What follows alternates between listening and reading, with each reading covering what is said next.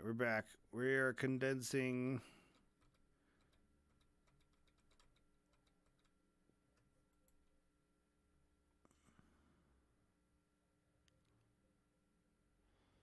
Okay. So he agrees, but most Israelis are misinformed by the media. A lot of Israelis don't know what's happening. Sam says, some do. Of course, there are some. That's the kind of thought that, like, it's what the word "a lot of" means. It means that some don't, right? The publisher of Haaretz spoke out about what's going on there and basically shut them down to some extent.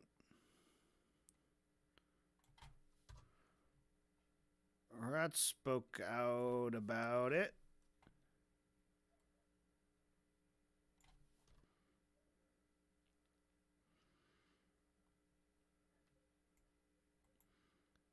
All right.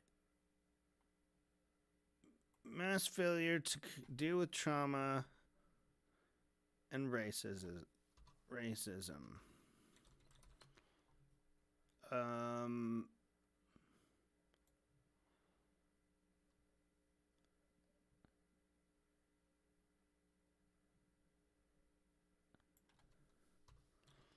Don't know how I.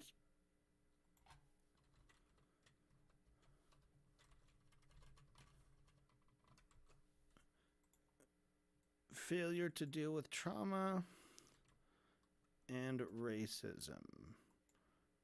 I don't know how else.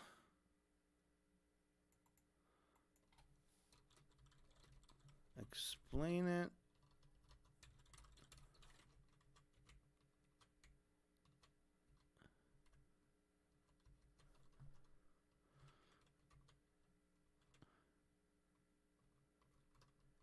I know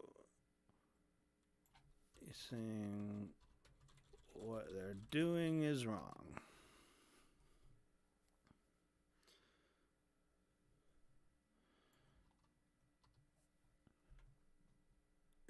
Okay, and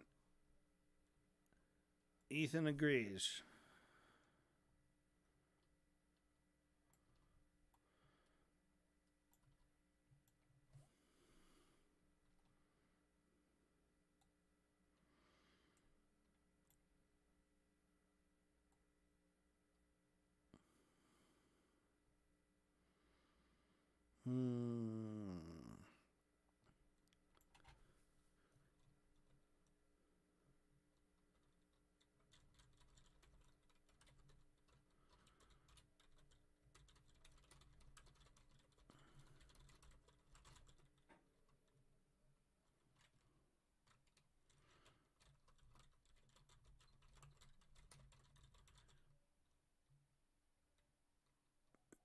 Okay. Call it what you want, but Israel's been a failure. Hasn't kept Jews safe.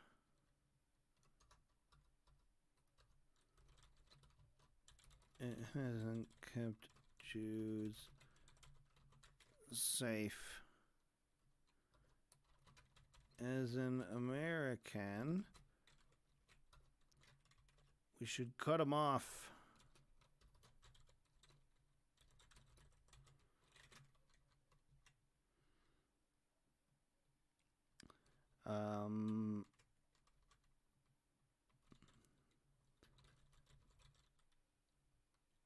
They're using my religion as a fig leaf.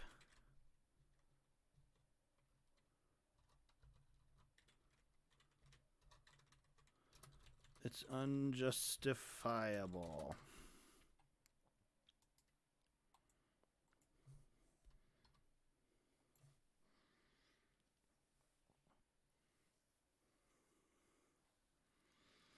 Just an attempt to understand, not justify, because I mean, it is what it is. I'm just trying to explain. I agree with everything you're saying.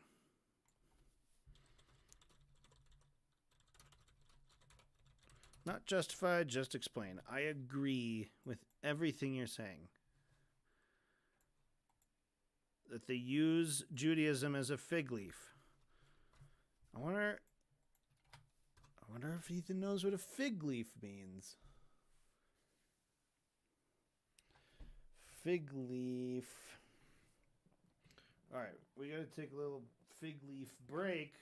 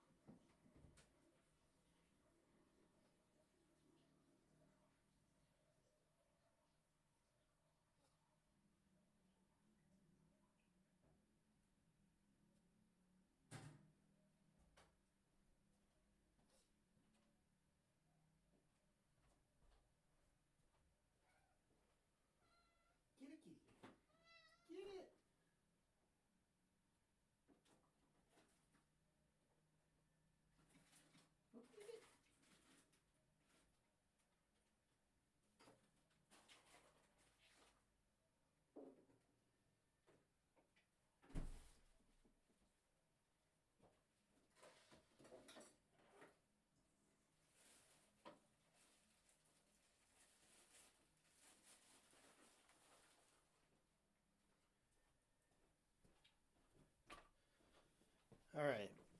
We've gotten to this part where he mentions the fig leaf. Let's go back and review the original and just make sure it all kind of makes sense. What a nightmare. Oh no, Sam Cedar, what a fucking nightmare. How have you been, Sam, since we ruined Steven Crowder's life together? Nice to see you again. I've been feeling very badly for him. Yes, over the years. It's a tragic loss of a great career and so much potential. Yes, it is. Hey, are we live now? We are live on the H3 channel, yes. I want to just start by sort of apologizing in that I sent you a DM on Twitter 6 months ago or something. I was just going through to find out, and then I just realized you're no longer on Twitter. Yeah. So that explains why I didn't hear back. He may yeah, I didn't see it. I wish I would have, but honestly, I don't know what to do because like I want to get off Twitter, but also it's kind of a pain because Twitter is the way that like I would reach out and speak to most people.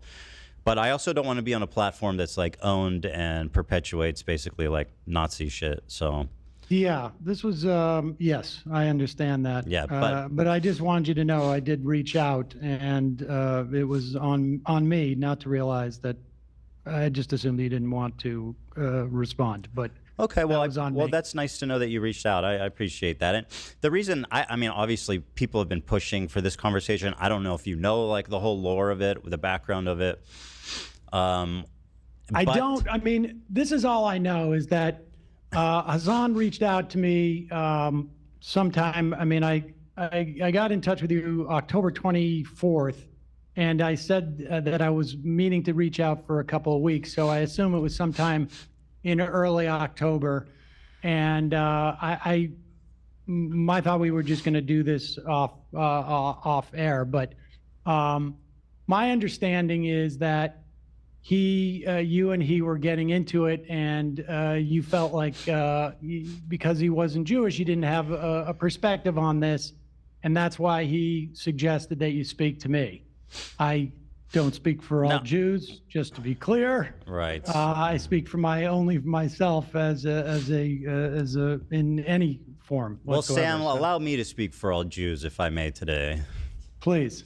No, actually, I mean that's a total mischaracterization, which is kind of my problem with Hassan, which we can get into if you want. We don't even have to talk about Hassan. But No. basically, what I told him was that I was citing polling data that shows that about 70 to 80% of diaspora Jews have some kind of positive feelings towards the state of Israel. And he was disagreeing with me. And I mean, this is available by polls, readily available by Pew Research just last month, showing that. And I don't know if you agree with that or Positive per se. so. But regardless, I mean, I Yeah. think if I don't know your upbringing, I don't know your upbringing at all, but I mean, certainly No. my upbringing, my Hebrew education was, I would say, 1/3 Holocaust, and you know, I'm older, and so this was, you know, in the 70s.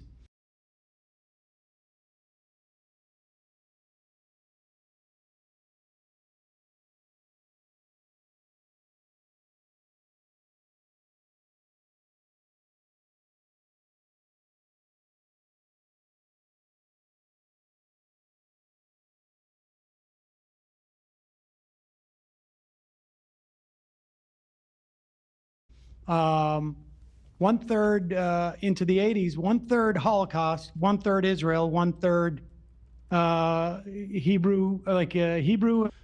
I think an emotional attachment is the way to describe this. So it's like if you think I it's certainly have an emotional attachment, and it's not, but it's not. I wouldn't describe Well, it here, as let me- positive. this isn't the one, is it, Dan? There's the one that shows 73% of diaspora Jews. Anyway, it doesn't really matter. Regardless, basically, I want to flesh out my ideas, my thoughts, because I'm being characterized by Hassan and a lot of his cohorts as being, a Zionist, being pro-Israel, being a Israel apologist, being a genocide supporter, being a baby killer, being married to a baby killer, et cetera, right? My wife is Israeli. I don't know if you know that. So basically, I would like to just take the opportunity to explain my ideas, what I think about Israel, and you can tell me what you think, because apparently I will only listen to other Jewish people. So finally, I can speak to someone whose opinion matters to me. So thank you, as the official sanctioned Jewish man, Sam Cedar, everybody. 100% Ashkenazi. You ever taken one of those? You know, I haven't, but I'm quite sure I have some Sephardic Jewish ancestry too. So I would mix. That's good. Vilnius and Hungary, I think. Good for Are you. the two. I think Thank that's you. always a good thing. My friend, I'm 99.3%. So that's my. All that's right. Well, that's where my I'll take authority your comes word- from. I'll take your word for Yeah. it. So at any rate, let me start here by showing you a little Oh, context. let me also just say, I got about an hour. Okay, I gotta great. get Well, home I'll just to- get into to it cook then. food. Oh, here it is. Not that it matters, but okay, whatever. So let's start here. Let's start with a little icebreaker here. I know we're both fans of Tim Pool. Okay, let's very much so. let's just enjoy this image together. Tim Pool recently at a wedding, and can you see can you see that? Did he get married? Well, I think he's attending a wedding. Okay. And he's very formally dressed, except he appears to be wearing a beanie. Classy. I would. I'm aware of his beanie attachment. Yeah. So I don't know. I thought this was a fine look for our good friend Tim Pool there. Very good. Nice suit. Yeah. So well, let me ask you this: what have you kind of like heard about me? Because I mean, I know that your colleagues have an I got to be opinion. honest with you. I have not heard much. Okay. I have, like, you know, the only thing I really saw that came up in any of my mentions on Blue Sky, I'm also on Blue Sky, is just this issue about talking to me, and I had presumed that that was it. But I don't, you know, like, look, from my perspective, I'm not, you know, and I know that there's been, you know, you mentioned in the email that there's been a lot of grief that you have taken, and I know that other people have also taken grief on all sides of this. And, you know, The personal aspects of this, and I don't believe that people. I don't actively attempt to deplatform people. I don't think people should do that. I don't think people should be swatted, or tried to be fired, or whatever. Or have CPS sicked on them, or any of that. I mean, I just don't think that's appropriate. I mean, I'm more interested in talking about my relationship to Zionism and my perspective on what Israel is doing, and what is happening in Gaza. And I totally agree. Let's just talk about the facts. Let me start by showing you this clip. So I've been actually talking about my feelings on the Israel, Gaza, Palestinian when I was with on liars and bad faith weirdos. So here's what I'll say about Israel, okay? Listen, this isn't the first time I've said it, and I'll say it and many more times. The cabinet is run by genocidal maniacs, okay? They're led by Netanyahu, who should resign in disgrace and go to prison for being a war criminal, okay? He's made a coalition of the most radically conservative freaks that don't represent, by the way, the majority of Israelis. And they're hell-bent on genocide, frankly, overtly. They've committed tons of war crimes in Gaza, including the killing of children, obviously, because Gaza is one of the most densely populated places in the world. 50% of the residents are under 18, so when you bomb a building, the chances that you're killing children is pretty much 100%, okay? It's fucking barbaric, it's unacceptable, it's disgusting. I've seen videos, I saw videos of Palestinian dads holding his dead 5-year-old daughter. I mean, I don't need to watch this part because it just gets a little too emotional. But I mean, so that was my take right after October 7th, and obviously that was coming off the end of me being I'm an Israeli citizen. The morning of October 7th, me and my wife were up at 3 a.m. as families were calling into news stations from their safe houses, people being burned alive with their families being murdered while on the phone with news. So coming off of that emotional shock, right, was this was my reaction. Now I don't know if there's something Zionist or pro-Israel I said there, but maybe I don't understand. I mean, I think much of what you said was true. I'm not sure, frankly, if what we've seen Israel do in terms of Gaza is not broadly supported in Israel. I'm not seeing the body politic. I mean, I was doing a lot of interviews with Israeli reporters earlier in 2023 about the protests against what Netanyahu was doing with the judiciary. And there was a question as to whether Israelis would see that this autocracy that Netanyahu was attempting to sort of impose on the country wasn't an extension of what was happening in places like the West Bank and in Gaza in some fashion, and more so the West Bank at that time. And so I think it's hard to make an argument. And look, I would make it's not a perfect analogy as to what's happening in this country, but when you talk about the Israeli population not having a problem with what's going on in Gaza, I don't see a lot of evidence of that. There's certainly, I would imagine, a percentage of Israelis, and I know some of them who think that Israel should stop its assault there. But I don't think I don't see a lot of evidence that a year and a half later, after you said those things, that this is not the character of the vast majority of Israeli society. I mean, I'm not necessarily convinced that they are as aware. I mean, I talked to people who have reported in the West Bank, and they said they would go from the West Bank into Israel, and the lack of awareness of what was happening in the West Bank by Israelis was shocking to them. So I can't say if the Israeli population had a full understanding of what was happening in Gaza, that they wouldn't change their mind, but I don't see a lot of evidence of it. So as you touched on, this was made basically before the war started, and I think that the unfortunate, really tragic outcome of the war is how much it's jaded and radicalized, I think, people in Israel. It's really, I think people in Israel feel isolated. They feel I mean, the sentiment in Israel is basically that the world wants the country to disappear, and obviously that's a much more nuanced conversation. But the feeling there has definitely radicalized a lot since the war started. It's gotten a lot worse. And I think I think that gets to it to some extent. I mean, you have this wholesale slaughter. I was looking up we killed in Iraq. Depending on what numbers you want to look at, but I think it's safe to say directly hundreds of thousands of people. But even the number of children that we killed in Iraq, I think has been surpassed by what's happened in Gaza. And I think one of the things that I find shocking is that the sense and look, I experienced this with family members, where the sense that there's a victimization, for instance, let's say on college campus of Jewish students, and I think that to look at what's going on, the totality of what's going on, and to perceive the victims of what's happening here to be the Israeli citizenry or Jews in this country, I think it just blows my mind. I mean, two people can care about two things at once. Why should people? Absolutely. Absolutely. People who are uninvolved in the war, if they're being victimized in a separate situation because of their Jewish identity, that's a problem, don't you think? Oh, I do. But you can care about two things. You can't be like, oh, these people are ridiculous for caring about anti-Semitism on college campuses because the war's happening. I mean, both we can care about two things. And obviously, one is way worse, right? One is way worse. But that's the point. I mean, one is way worse. And what's happening in Gaza? You should tolerate being discriminated against based on their identity. You know what I mean? Of course, who react to that? I don't think that people are. I don't think that people are being victimized. I mean, certainly, listen, anti-Semitism is real. It was real when I was a kid. There was many times I had pennies thrown at me growing up and playing basketball. I mean, there was a lot of. I've experienced anti-Semitism, but I put it in the context of you're a parent, I'm a parent. My kid is going through something very difficult. It's obviously difficult for me, but it's more difficult for them. And it's a question of prioritizing these things. You can have two thoughts in your head at the same time, but to center oneself or to perceive that one's victimization is sufficient to ignore the. Well, I can stop you because I don't know who's doing that. Well, I mean, I just said, like, you just presented as the Israeli population feels like they're isolated and this and that. There's two different separate conversations. There's like the American Jewry who's like, I have nothing to do with that place, and then the Israelis, right? So like when you're talking about Wolfcat, you nailed it on the head. I wish Sam could spit out his points faster too. Which is why I've spent way too many hours of my life condensing what he said down into simple sentences. I'm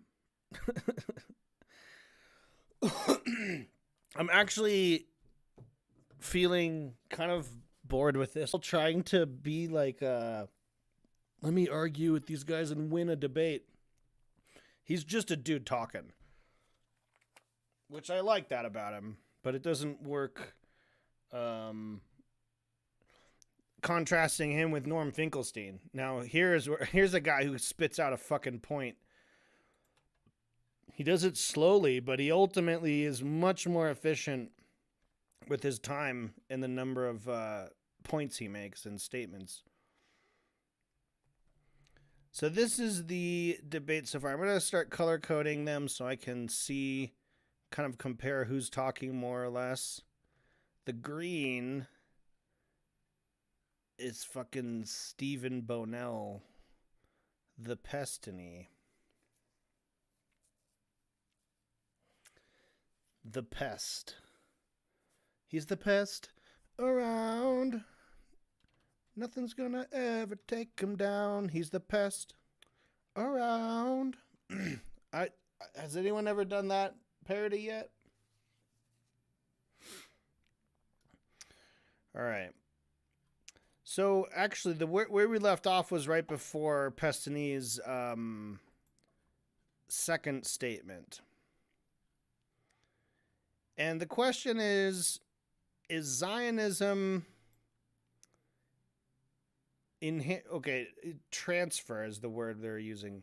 Transfer, which is a euphemism for the forcible expulsion of people from land, be it by killing them or by driving them away and stealing their homes. Transfer. And is transfer something inherent to Zionism, is the question.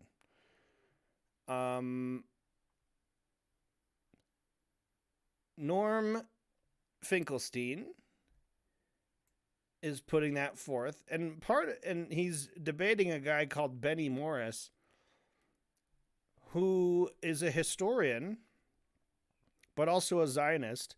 But he seems to be a pretty decent historian, and he, in his own work, makes this argument about how important transfer is to Zionism.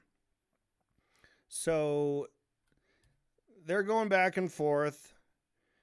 They're actually using Benny Morris's own writing as a source.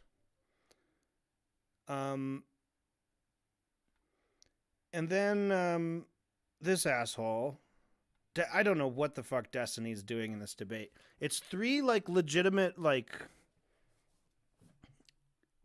scholarly professors with PhDs in research and decades of experience, and then this little fucking twerp, Destiny, who's such a fucking idiot. And we're gonna break it down. We're gonna find out how he fucks this up. Oh, also, this debate is moderated by fucking Lex Friedman, and this is Lex Friedman's podcast, actually. And Lex Friedman is also a fucking idiot. He's like the most meat-headed, like, fake-ass smart person who was just dumber than fuck, who doesn't listen. He's going to be swinging for the pro-Zionist side while trying to pretend like he's being neutral. It's fucking disgusting. He's such a fucking moron.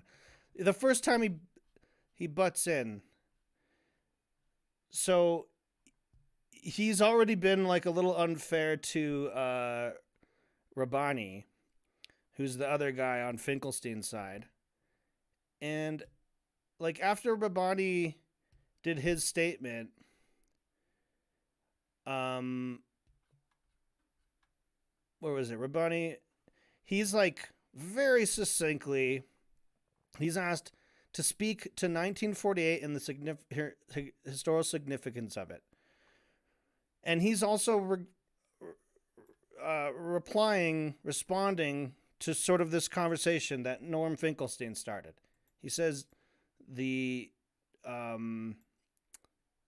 talk about the UN Council on Special Committee on Palestine a little bit, and then they also talk about Zionism and how the forcible movement of Arabs is built in.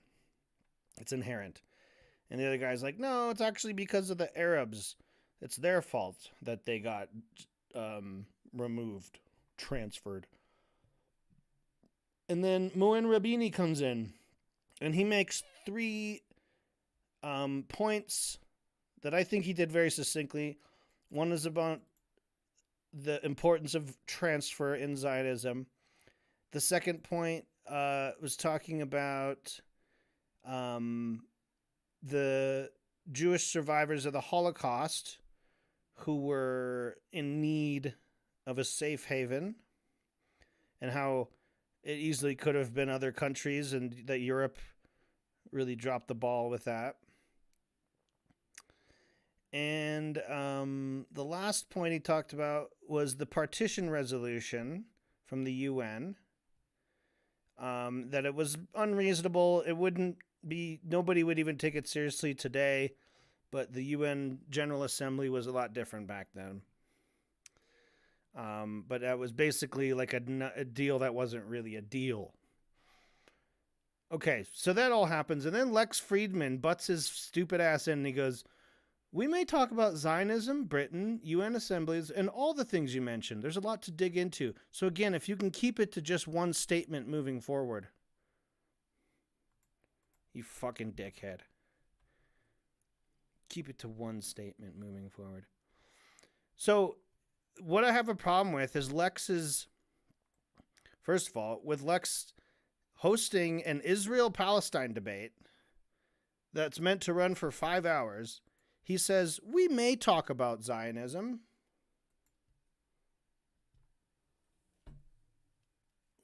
Oh, really? Oh, that you're saying that might come up? We may talk about Zionism. Britain, UN assemblies. So far, every single speaker has talked about the UN assemblies. And all the things you mentioned. Okay? Rabbani never mentioned Britain. In this whole thing, he did not talk about Britain at all. He talked about those 3 things I went through. He did mention Zionism, and of course UN assemblies, and all the things. There's a lot to dig into. It's like, what a fucking AI-brained response is that? Bunch of fools, but what would these Jewish fools do to Jesus? Yeah, that was part of the Bible. Like the Pharisees, like there was different sides of the Jews in the Bible. There was the followers of Jesus, and then the Pharisees. They were like the bad ones. All right. So then he says, after Stephen, if you want to go a little longer, we should acknowledge the fact that the speaking speeds of people are different here. Stephen speaks about 10 times faster than me. Okay, so Stephen has a fucking dumb shit point where he's kind of basically trying to... He said a lot of what his partner said, but it way dumber and way wordier. And he's using all these like little debate bro things of like, I think it's interesting where people, I noticed a lot of people do this, but I feel like when you have this, it feels like this. It feels like the goal is to moralize everything first, and then to pick and choose facts that kind of support the statement. And then he starts cherry picking these little random things that that happened before the year 48, which happened in 47. When people are talking about 48, I never hear the fact that the Civil War started in 47. What do you mean you never hear that? He starts saying all this stuff that he never hears about. I never hear the fact that and then he quotes King Abdullah of Jordan was quoted as saying, Arabs are prodigal in selling their lands as they are and weeping about it. It's just laughably stupid compared to like this genuinely engaging, people, smart professor people talking. They don't talk like this. They don't have to do these stupid little rhetorical like gotchas and these vagaries. I never hear about this. Nobody ever says that. You're sitting around with three people who know all of those fucking things that you just said. And these guys didn't just start in 48. They literally... The first thing that Norm talked about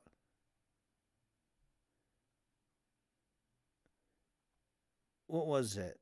Partition resolution, Uniscope, I don't know if he mentioned years necessarily, but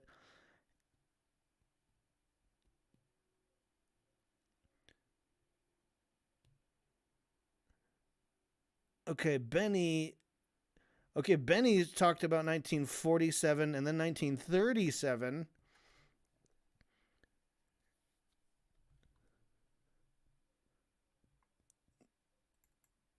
$1917. I'm just looking at years quoted.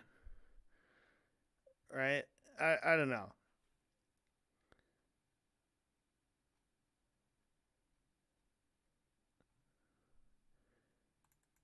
And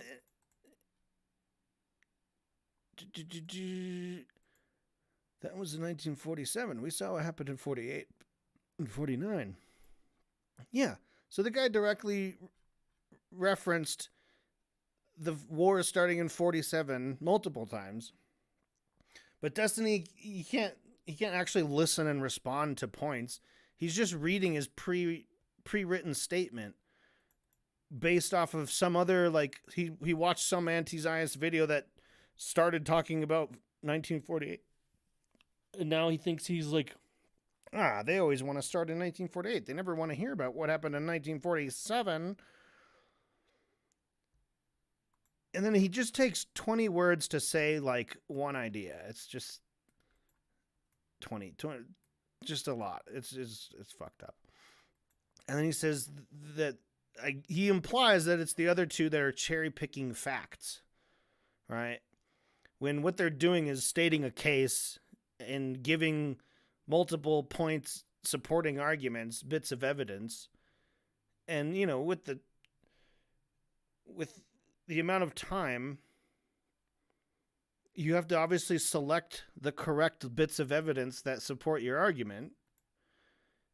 That's not the same thing as cherry picking. All right? You're cherry picking is the idea that you're trying to like show a general trend of something by ignoring the evidence against and pulling out the evidence for it. Which, I guess technically they could say you're cherry picking, and it's not. It's really up to them to prove that it's cherry picking by picking the other cherries and showing us those ones, or doing a fucking statistical layout of every single cherry in this whole bush. All right, so they go back and forth, and they're really going back and forth on this whole thing about if Zionism has this inherent genocidal tendency.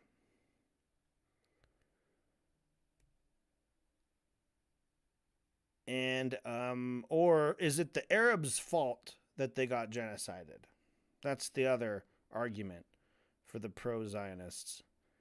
They did it to themselves because they wouldn't stop fighting against us. All right. So Rabini, he has a pretty good clapback. He says, "You're making the claim that the idea that the Jewish state requires a removal or overwhelming reduction of the non-Jewish population was only if the Arabs are attacking you. But let's say prior to 1947, it would be your claim that the idea that a significant reduction or wholesale removal of the Arab population was not part of Zionist thinking?" Well, I think there's two problems with that. I think what you're saying about localized disputes is correct, but I also think that there's a whole literature that demonstrates the transfer was envisioned by Zionist leaders on a much broader scale than simply individual land purchases. In other words, it went way beyond, we need to remove these tenants so we can farm this land. The idea was we can't have a state where all these Arabs remain and we have to get rid of them. And second, I think impediment to that view is that long before the UN General Assembly convened to address the question of Palestine, Palestinian and Arab and other leaders as well had been warning ad infinitum that the purpose of the Zionist movement was not just to establish a Jewish state, but to establish an exclusivist Jewish state, and that forced transfer, forced displacement was fundamental to that project. All right. So he's saying you can't really blame this on the Arabs. It was well known even before this war, this was the plan. The plan was to drive Arabs, Muslims out. Okay? So then little Stephen Bonell is gonna butt his little ass in here. Let's see what he's got to say. So we're at 47-20-ish. To this arena versus the three of you guys for sure. A claim that gets brought up a lot has to do with the inevitability of transfer in Zionism, or the idea that as soon as the Jews envisioned a state in Palestine, they knew that it would involve some mass transfer of population, perhaps a mass expulsion. I'm sure we'll talk about Plan Dalet or Plan D at some point. The issue that I run into is, while you can find quotes from leaders, while you can find maybe desires expressed in diaries, I feel like it's hard to truly ever know if there would have been mass transfer in the face of Arab peace, because I feel it's hard to truly ever know. I feel it's hard to truly ever know if there would have been mass transfer in the face of Arab peace. Just think about how fucking twisted this whole argument is. Plus, they're not relying on quotes from leaders and diaries. But whatever. I feel like it's hard to truly ever know if there would have been... What the fuck are you saying?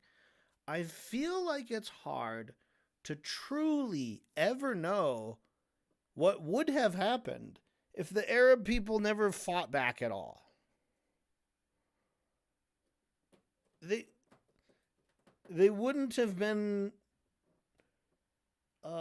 forced out. They wouldn't have been driven out of their homes if they had been peaceful.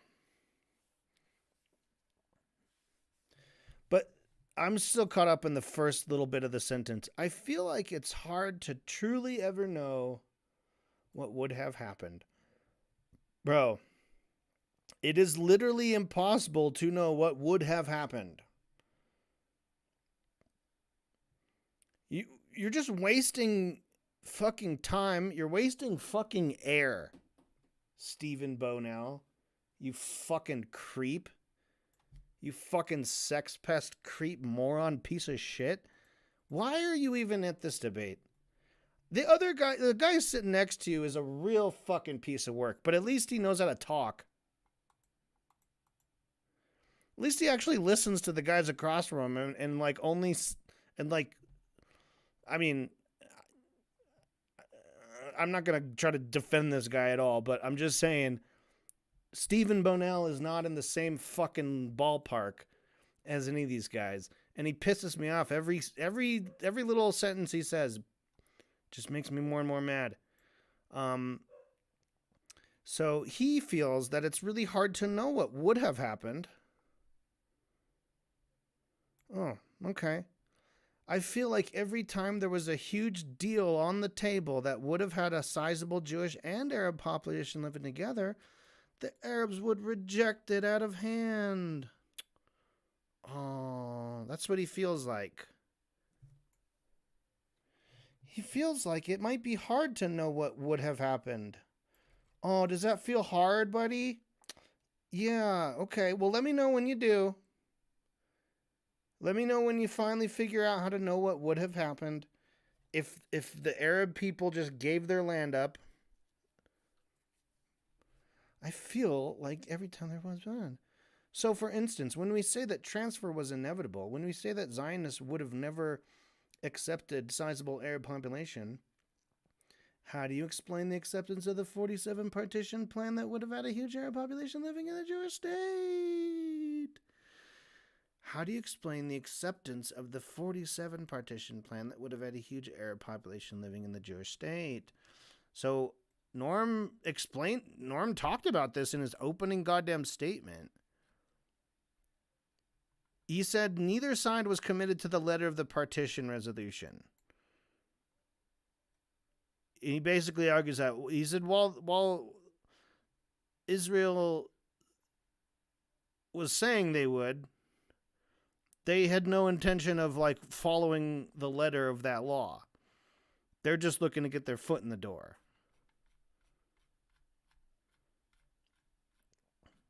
They're just looking to get their foot in the door. So, okay. So at this point, you know, again, he's not listening. He's just writing. He's just reading his written shit. Is it your contention that after the acceptance of that, after the establishment of that state, that Jews would have slowly started to expel all these Arab citizens from their country? After the acceptance of that Jews would have slowly started to expel. Or how do you explain that in Lausanne a couple years later? Lausanne? I don't know. Let's listen to it. Population state that Jews would have slowly started to expel all of these Arab citizens from their country? Or how do you explain that in Lausanne a couple years later that Israel was willing to formally annex the Gaza Strip and make 200,000 or so people those citizens? But buddy, what are you trying to argue, man? Israel was willing to formally annex the Gaza Strip. Someone butted in and said, of course it was. I think that was Rabbani. Living together, the Arabs would reject it out of hand. So, for instance, when we say that transfer was inevitable, when we say that Zionists would have never accepted, a sizable Arab population, how do you explain the acceptance of the 47 partition plan that would have had a huge Arab population living in the Jewish state? Is your contention that after the acceptance of that, after the establishment of that state, that Jews would have slowly started to expel all of these Arab citizens from their country? Or how do you explain that in Lausanne a couple years later that Israel was willing to formally annex the Gaza Strip and make 200,000 or so people those citizens? Yeah, I think that was our boy. That was Rabbani. So Rabbani is purple.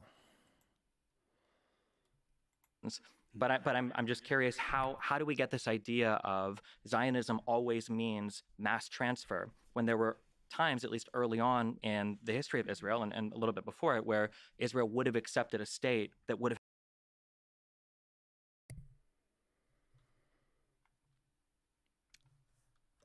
to have a massive Arab population is not the same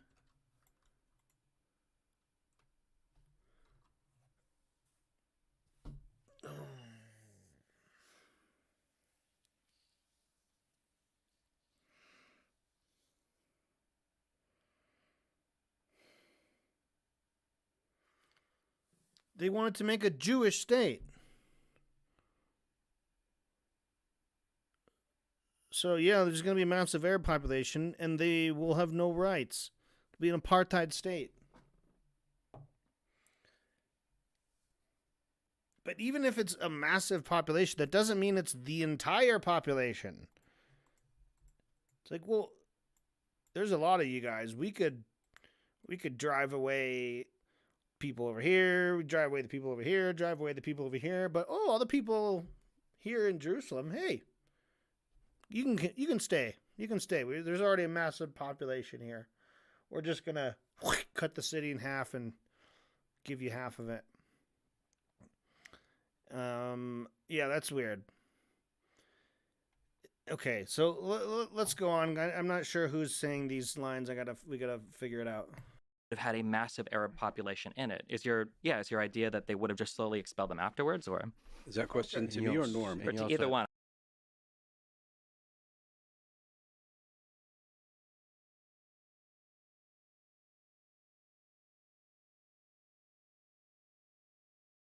I'm just curious for the incorporation of the answer. Yeah. There's some Okay, Finkelstein, get his ass.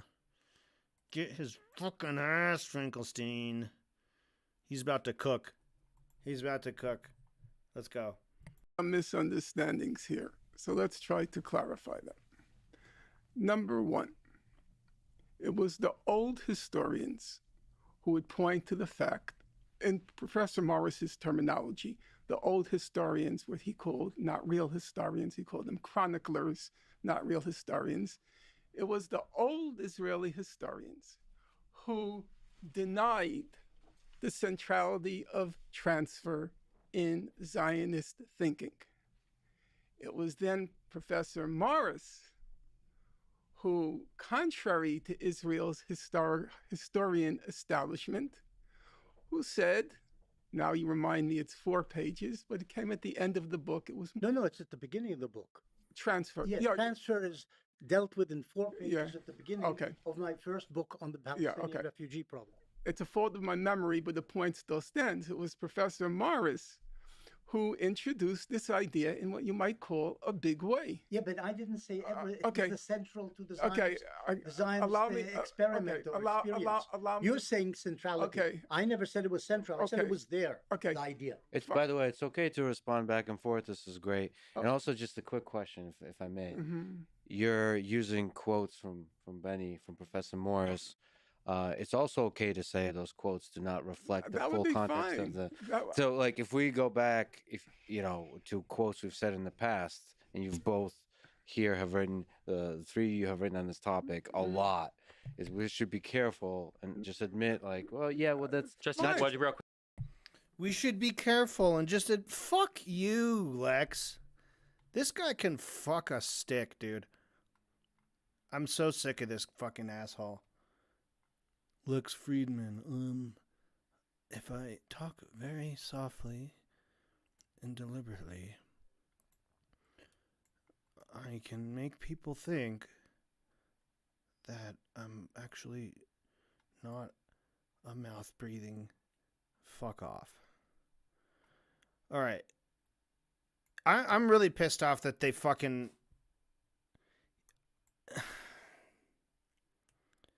He was just going to get started. He was just doing a little parenthetical statement. Oh, was it at the beginning of the book or was it at the end of the book? Whatever, dude. It doesn't fucking matter. Oh, then in comes up Lex. Well, I just want to say, you're taking the quotes from his book. You might be taking them out of context. It might be out of context, guys. I just want to let you all, the professors who've written books, I'd like you to know that I'm just worried that you might be taking it out of context. Fuck you. God. And he's so fucking obviously trying to swing for the Zionist side. It was Professor Morris who introduced this idea in a big way. Yeah, but I didn't say it was central to the Zionist experiment or experience. You're saying centrality. Okay. I never said it was central. Okay. I said it was there. Okay, no wait. So that's I said it was there was Benny Morris. I never said it was central. The idea, by the way, it's okay to respond back and forth. This is great. And also, just a quick correction, if I may. You're using quotes from Benny, from Professor Morris. It's okay to say those quotes do not reflect the full context of the... And then Benny comes in. That would be fine. So if we go back to quotes we've said in the past, and you've both here have written, the three of you have written on this topic a lot, is so we should be careful and just admit, like, well, yeah. Quick, just to be clear, the contention should be careful and just admit, like, well, yeah, well, that's just not real quick. Just What the fuck? And then we got to hear from Stephen Bonell. Who the fuck invited this clown? Seriously. Just to be clear, the contention is that Norm is quoting a part and saying that this was the entire reason for this, whereas Benny's saying, You fucking dipshit. God damn you. That's not at all what he was saying. But hey, thanks. You got Lex Friedman, and this fucking Benny Morris can just sit back and like, okay, they're just gonna lie for me. That's cool.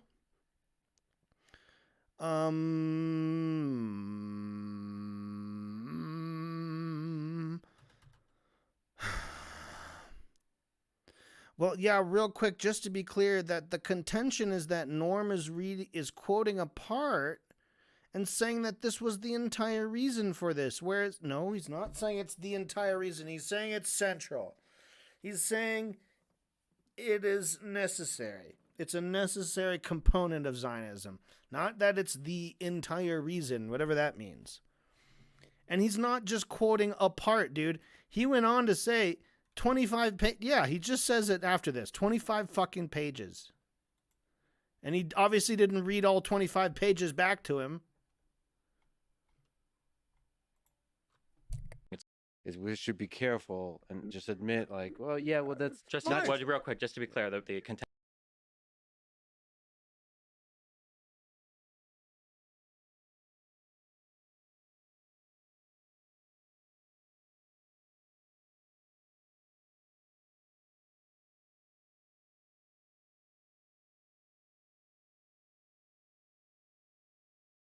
My Word document is frozen.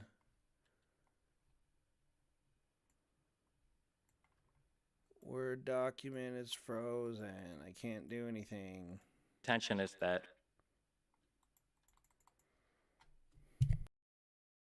Norm is quoting a part and saying that this was the entire reason for this, whereas Benny's saying it's a part of the... I'm not quoting a part. I'm quoting 25 pages where Professor Morris was at great pains to document the claim that appeared in those early 4 pages of his book.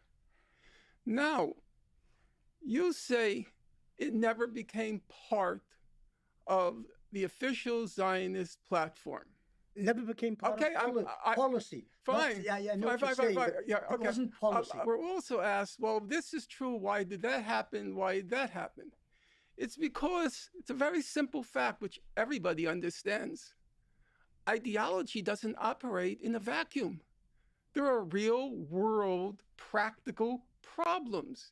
You can't just take an ideology and superimpose it on a political reality and turn it into a fact.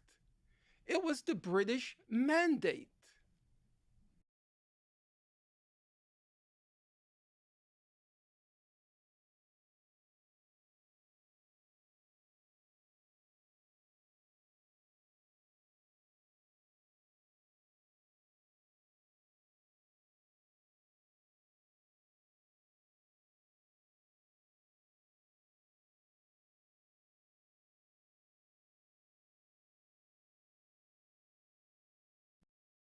Practical problems. You can't, everybody understands. Ideology were also a part of the official Zionist platform. never became part Okay, of policy. Fine. Yeah, I know Fine, what you're fine, saying, fine. but Yeah, it okay. wasn't policy. We're also asked, well, if this is true, why did that happen? Why did that happen? It's because it's a very simple fact which everybody understands. Ideology doesn't operate in a vacuum. There are real world practical problems. You can't just take an ideology and superimpose it on a political reality and turn it into a fact. It was the British mandate. There was significant Arab resistance to Zionism. And that resistance was based on the fact, as you said, the fear of territorial displacement and dispossession. So you couldn't very well expect the Zionist movement to come out in neon lights and announce, hey, we're going to be expelling you the first chance we get. That's not realistic. Okay, now, let me respond. Look, you've said it a number of times. Not realistic. Okay, now, let me respond.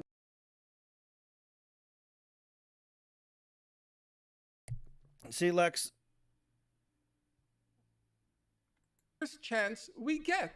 That's not realistic. Okay, now, let me respond. So Benny Morris starts going, can I respond?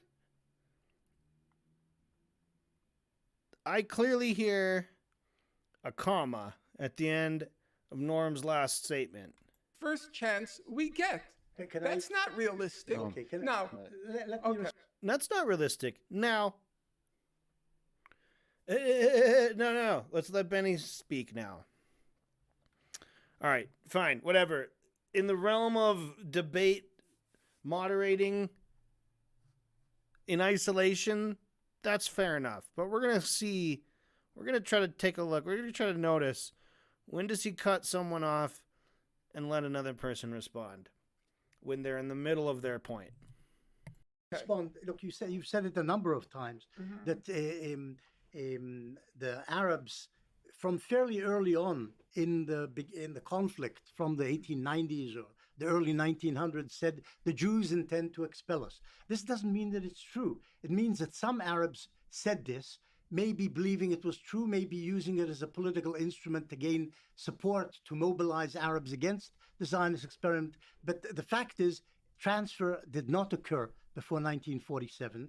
And Arabs later said, and since then, have said that the Jews want to build a third temple on the Temple Mount, as if that's what really the mainstream of Zionism has always wanted and always strived for. But this is nonsense. It's something that Husseini used to use as a way to mobilize masses for the cause, using religion as the way to get them to join him.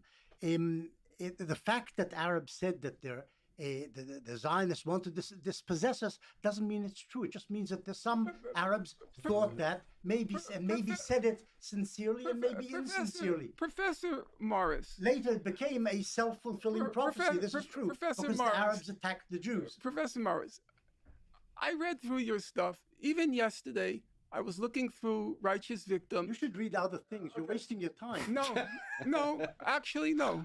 I do read other things, but I don't consider it a waste of time to read you. Not at all. You say that this wasn't inherent in Zionism. Now, would you all agree that David Ben-Gurion was a Zionist? A major Zionist leader. Right. Would you agree Chaim Weizmann was a Zionist? Yeah. Okay. I believe they were. I believe they took their ideology seriously. It was the first generation. Just like with the Bolsheviks, the first generation was committed to an idea. By the 1930s, it was just pure realpolitik. The ideology went out the window. The first generation, I have no doubt about their convictions. Okay? They were Zionists. Transfer was inevitable and inbuilt in Zionism. You keep repeating the same thing. Because I have, as I said, Benny, Mr. Morris, I have a problem reconciling what you're saying. It either was incidental or it was deeply entrenched. Here I read, it's deeply entrenched. Two very resonant words, inevitable and inbuilt. Deeply entrenched, I never wrote. Well, I'm not sure. It's something you've just invented. Okay. But In it was inevitable there. and No, inbuilt. the idea Okay. let me concede.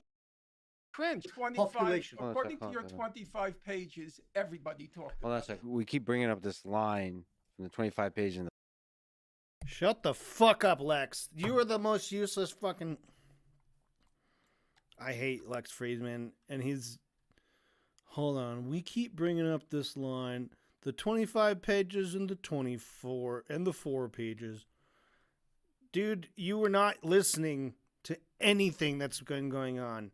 He's just trying to feel out the energy. And as soon as he looks like Benny Morris needs help, he tags in and tries to help clear it up.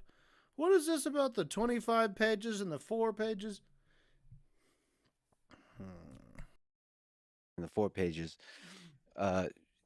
We're lucky to have Benny in front of us right now. Are you a fucking dipshit?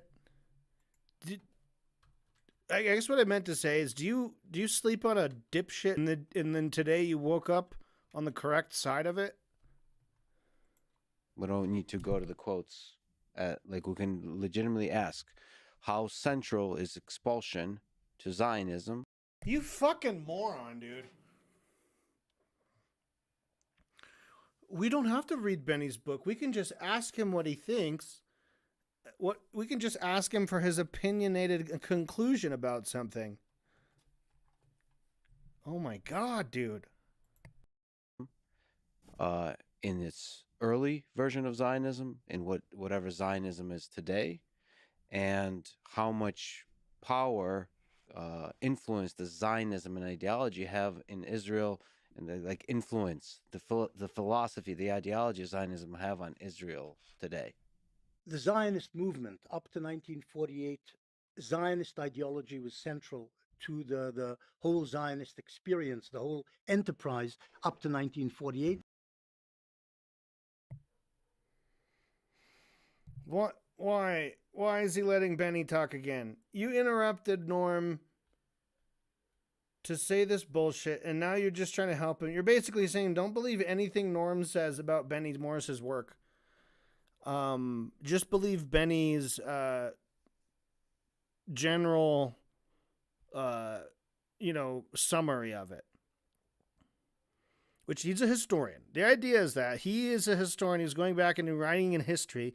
And back before he realized he had to run Hasbara cover for a genocide, he admitted a lot of fucking things in his work that were legitimate recordings of things and instances and cases for why transfer is inherent to Zionism. Now he wants to go back on it and downplay it and try to blame the Arabs for it.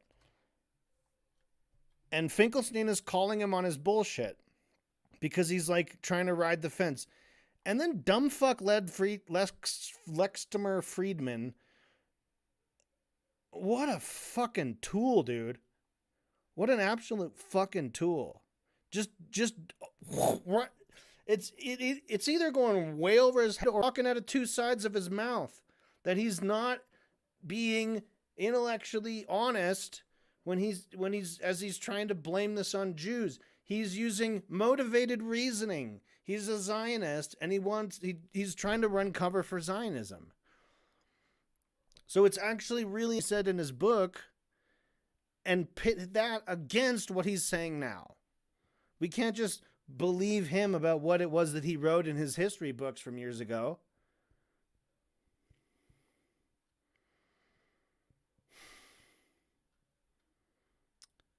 You fuckstick, man. You real fuck ass. I'm so sick of Lex Friedman's bullshit. So sick of your bullshit. All right, so now we get to hear Benny Morris monologue again. Thanks, Lex. Influence does Zionism and ideology have in Israel, and the influence, the philosophy, the ideology of Zionism have on Israel today? The Zionist movement up to 1948, Zionist ideology was central to the whole Zionist experience, the whole enterprise up to 1948. And I think Zionist ideology was also important in the first decades of Israel's existence. Slowly, the hold of Zionism, like if you like Bolshevism, held the Soviet Union, gradually faded, and a lot of Israelis today think in terms of individual success and then the capitalism and all sorts of things which have nothing to do with Zionism. But Zionism was very important.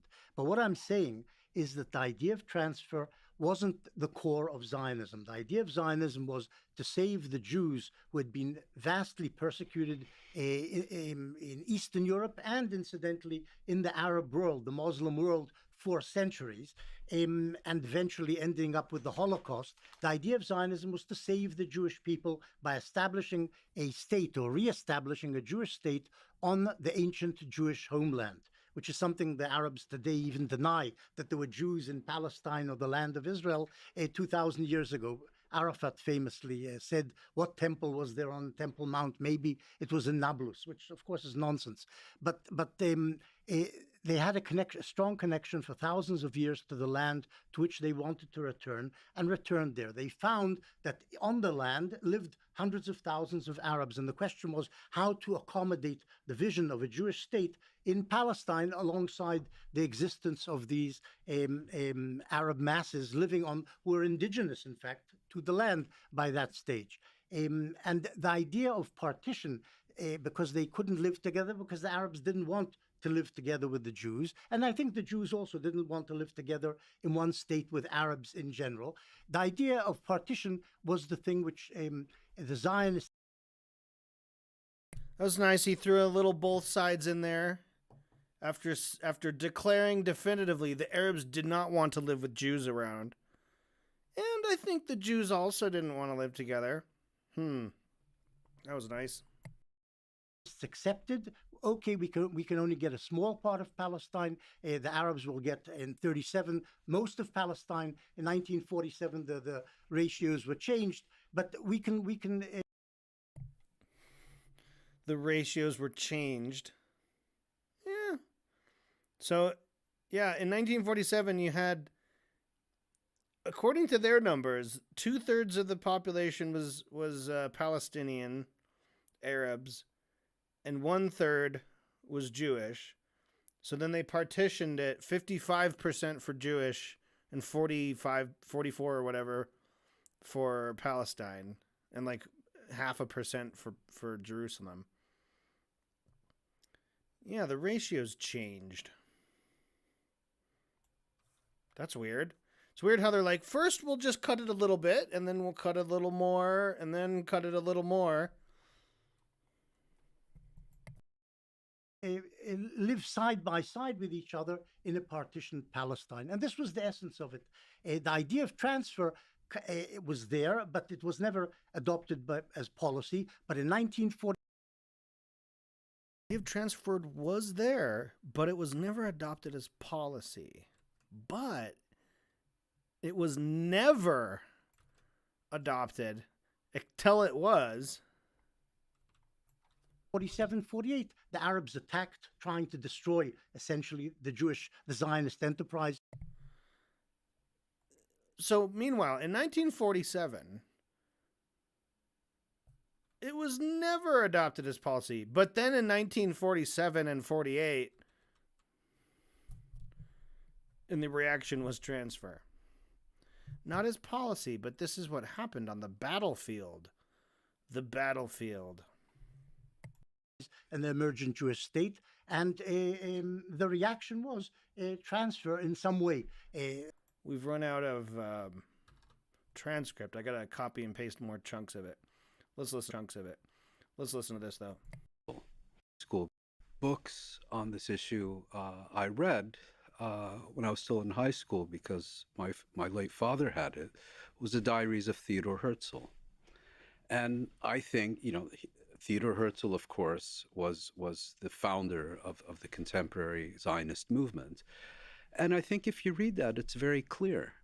For Herzl, the model upon which the Zionist movement would proceed, his model was Cecil Rhodes. I think, Rhodes, from what I recall, correct me if I'm wrong, has quite a prominent place in Herzl's diaries. I think Herzl was also corresponding with him and seeking his support. Cecil Rhodes, of course, was the British colonialist after whom the former white minority regime in Rhodesia was named. And Herzl also says explicitly in his diaries that it is essential to remove the existing population from Palestine. Can I respond to this? Yeah.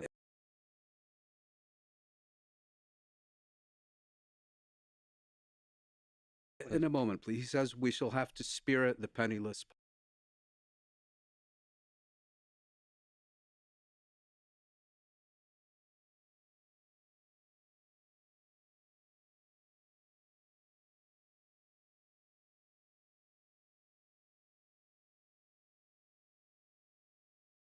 All right, we're getting more of the transcript. I won't. Yeah, we've passed the first hour. So this is hour 1 complete. Ah, jeez. Ah, jeez.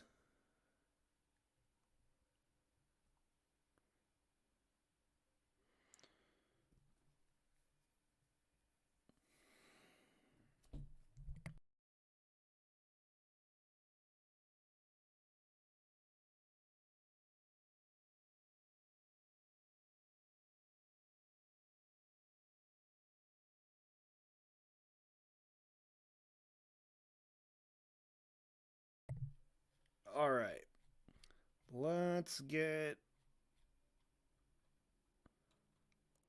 the next hour. We'll go from 1 hour to 2 hours into our document.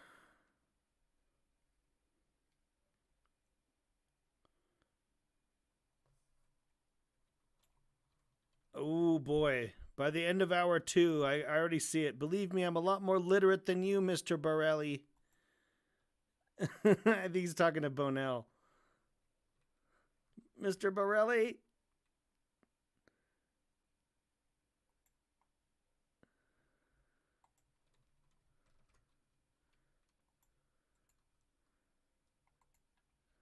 All right. There's an hour worth of transcript. Ooh, 66 pages.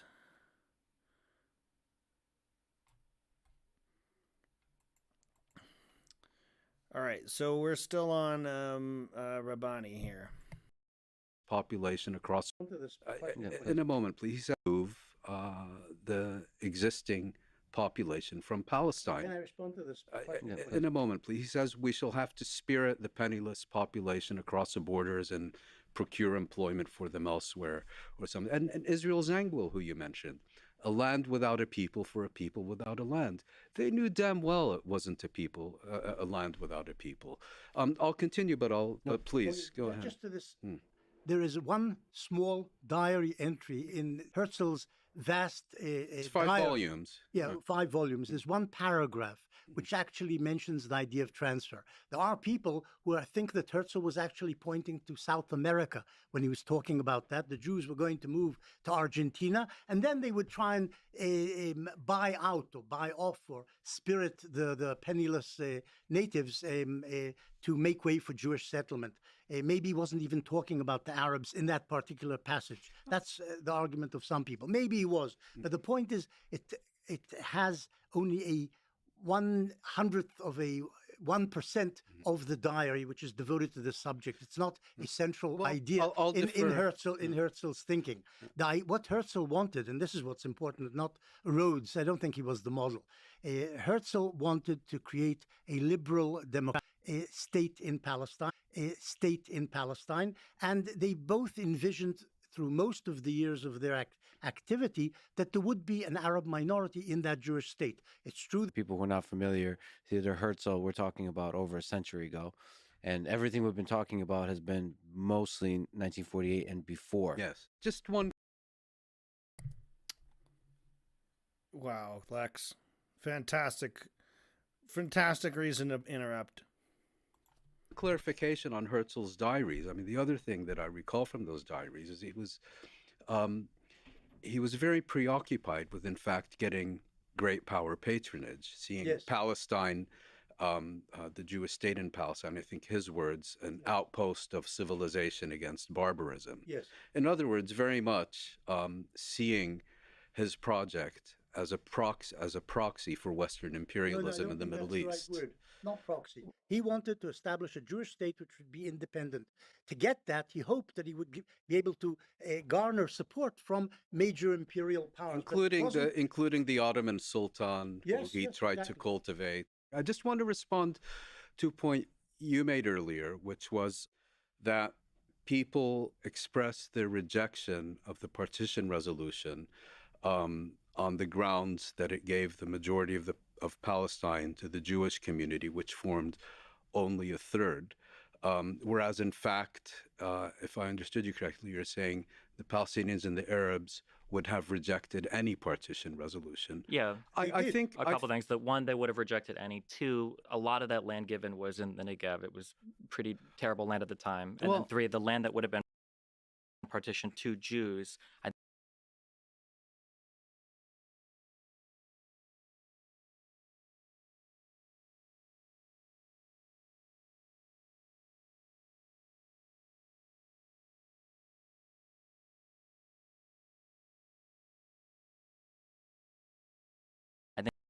I think a couple things. That one, they would have rejected any.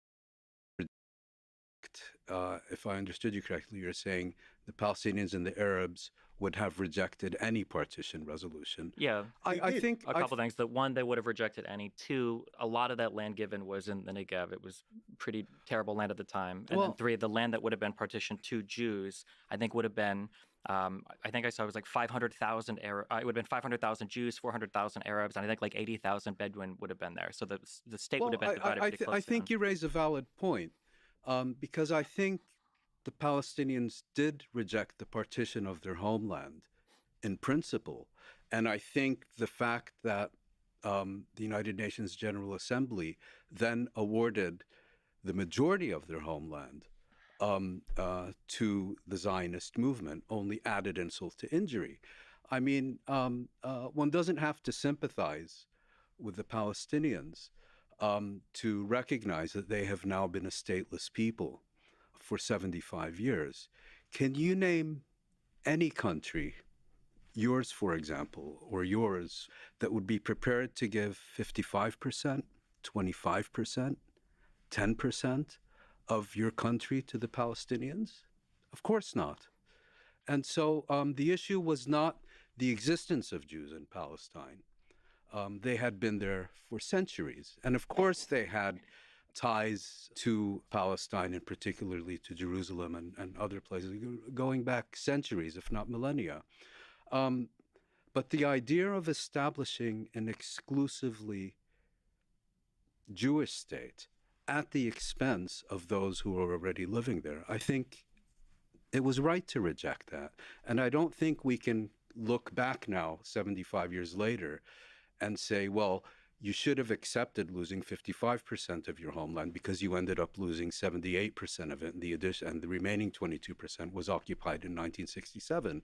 That's not how things work. Yeah. And I can imagine an American rejecting giving 10% of the United States to the Palestinians, and if that rejection leads to war and you lose half your country, I doubt that 50 years from now you're going to say, well, maybe I should have accepted that.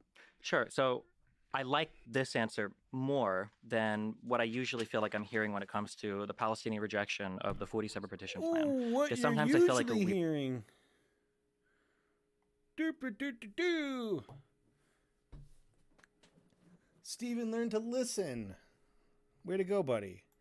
weird switch happens to where the Arabs in the area are actually presented as entirely pragmatic people who are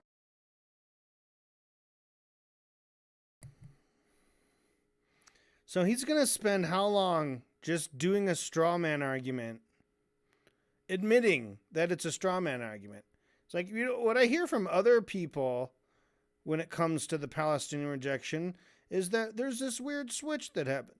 So, okay, fine, go on, Stephen. Tell us about the other guys who have a bad argument. Or simply doing a calculation and saying like, well, we're losing 55% of our land. Jews are only maybe 1/3 of the people here, and we've got 45. And nah, the math doesn't work basically. But it wasn't a math problem. I think, like you It said, was a matter of principle. it was an ideology problem. No, it was a matter of principle. Yeah, ideologically driven. That they, as a people, have a right to or It was a matter of principle. It was an ideology problem. No, it was a matter of principle. Yeah, ideologically driven.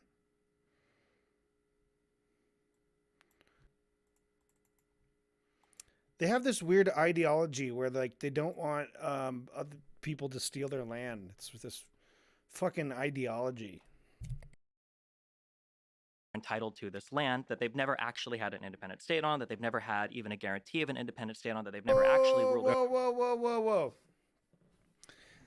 They feel like as a people that they have entitled to this land that they've never actually had an independent state on.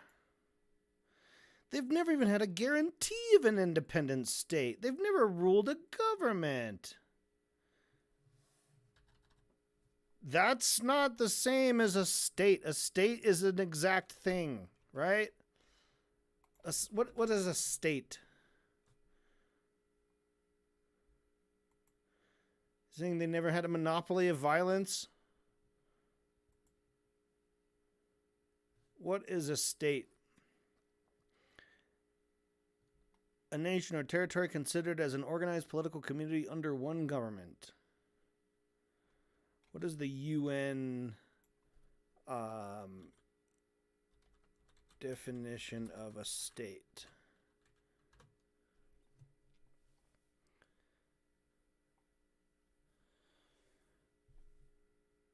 A sovereign state.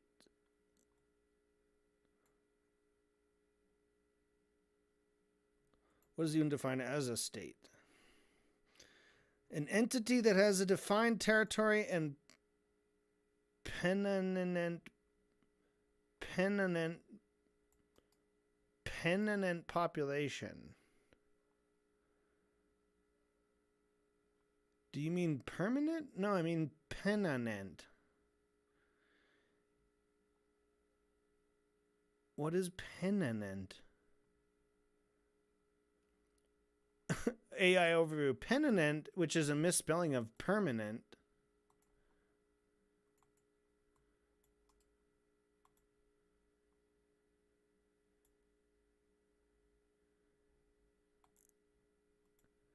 Okay, I'm getting down a rabbit hole here. This is School of Law.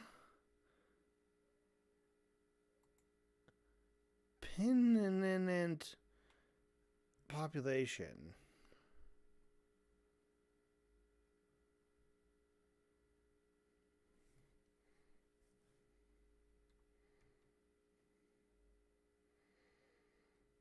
Statehood is an element of membership in the United Nations.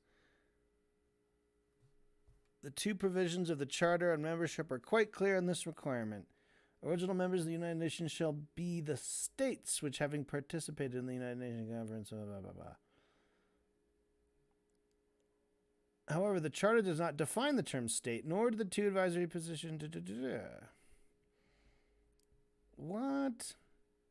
They've applied a traditional definition of state in international law, which regards an entity as a state if it possesses a permanent population, a defined territory, a government, and capacity to enter into relations with other states.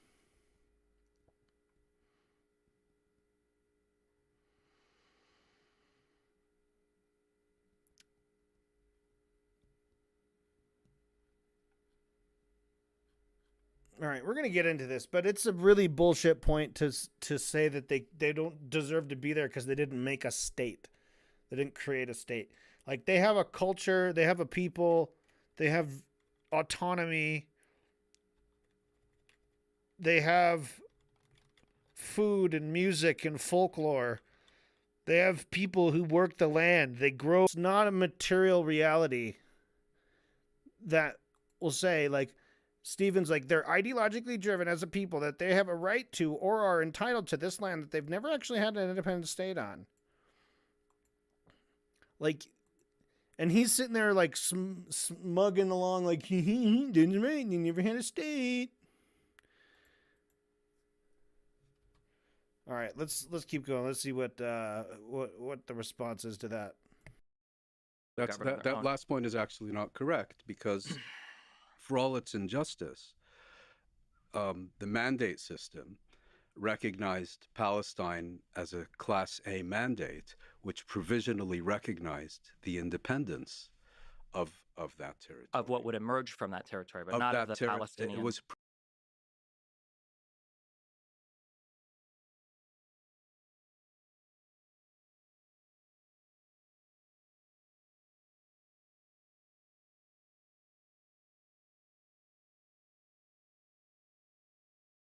provisionally of that territory. Of what would emerge from that territory, but not of the Palestinian. Independence of that territory. Of what would emerge from that territory, but not of the Palestinian. It was provisionally recognized. But not, but the territory itself was, but not of the Palestinian people to have a right or a guarantee to a government that would emerge. It was a British mandate of Palestine, not the British mandate of Israel. The word exclusive, which you keep using, is nonsense. The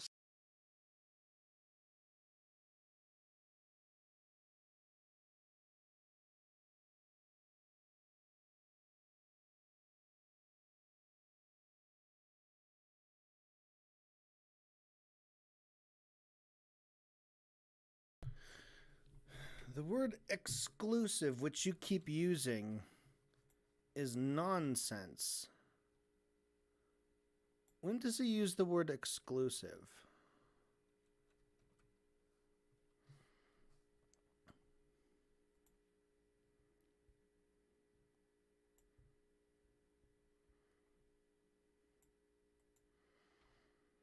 The word exclusive, which you keep using, is nonsense. Dude literally never once said the word exclusive. What are you talking about?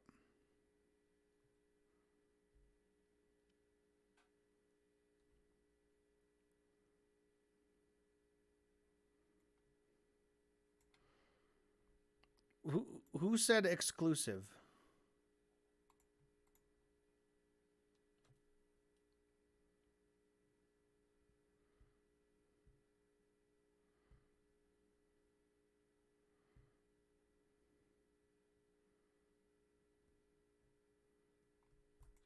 Am I crazy? Exclu. Okay, let's say exclu. So at an hour and 14, someone says to their exclusive state. An hour 28, exclusively Arab state. Someone says exclusively that the Zionists. Exclusion. Okay, at the very big, Moin Rabbani said, I think what distinguishes Zionism is its insistence, supremacy, and exclusivity. That would be my first point. So that was his first point. He mentioned the word exclusivity.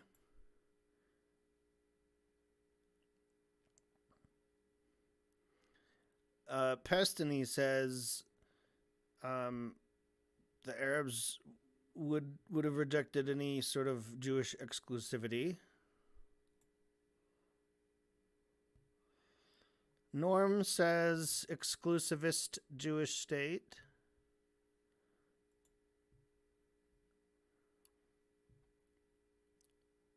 The idea of establishing an exclusively Jewish state at the expense of those who are already living there, I think it was right to reject that. Okay, so he did say exclusively Jewish state. And then Pestiny started saying his dumb bullshit. They went back and forth, and he says, the word exclusive, which you keep using, is nonsense. Okay, he didn't technically use the word exclusive. He said exclusively. Exclusive is an adjective, while exclusively is an adverb. All right, what do you got, Benny Morris? State which Ben Gurion envisioned would be a Jewish majority state, as they accepted the 1947 partition resolution, as Stephen said, that included 400,000 plus Arabs in a state which would have 500,000 Jews. So the idea of exclusivity wasn't anywhere in the air at all among the Zionist leaders in 47, 48. They wanted a Jewish majority state, but were willing to accept a state which had 40% Arabs. That's one point. The second thing is the Palestinians may have regarded the land of Palestine as their homeland, but so did the Jews. It was the homeland of the Jews as well. The problem was the Arabs were unable and remain to this day unable to recognize that for the Jews, that is their homeland as well. And the problem then is, how do you share this homeland? Either with one binational state or separate this, partitioned into two states. The problem is that the Arabs have always rejected both of these ideas. The homeland belongs to the Jews, as Jews feel, as much as it does, if not more, than for the Arabs. Jews. I would say for the Jews. It's the Jewish people's I would also, homeland. real quick, I just want for both of you guys, because I haven't heard these questions answered. I really want these questions to be, I'm just so curious how to make sense of them. It was correctly brought up that I believe that Ben Gurion had, I think Shlomo Ben-Ami describes it as an obsession with getting valid. I'm going to ask it again. Why the fuck is this guy even here? Stephen Bonnell should just be all the way fucked off.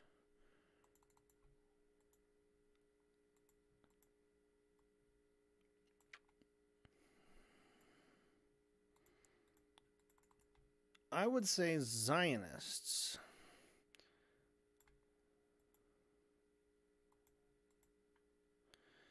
Homeland belongs to the Jews as Jews feel it, as much as, if not more, than for the Arabs.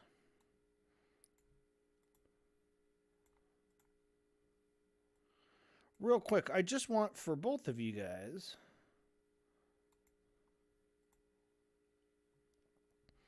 because I haven't heard these questions answered. I really want these questions to be, I'm just so curious how to make sense of them. Okay. He has some questions. He hasn't heard their answered. He's so curious how to make sense of them. It was correctly brought up that I believe that Ben Gurion had, I think Shlomo Ben-Ami describes that as an obsession with getting validation or support from Western states, Great Britain, and then a couple decades later it became, that explains the Suez War, the Suez Crisis. Yeah, exactly, correct. That was one of the major motivators. An imperial stooge. Okay, the question I go back to, if that is true, if Ben Gurion, if the early Israel saw themselves as a Western fashion nation, how could we possibly imagine that they would have engaged in the transfer of some 400,000 Arabs after accepting the partition plan? Would that not have completely and totally destroyed their legitimacy in the eyes of the Western world? No. Would there not have been, how not? What do you mean the Western world? Why would the Western world have a problem? In 2025, the Western world has no problem with it. Why would you think back then they would have? Validation or support from Western states, Great Britain, and then a couple decades later, That it becomes explains the Suez War, the Suez yeah, crisis. exactly, correct. That was one of the major motivators, the idea to work with Britain and France on a military operation An imperial against Arabs. stooge. But then the question again, I go back to, if that is true, if Ben themselves as a Western fashion nation, how could we possibly imagine that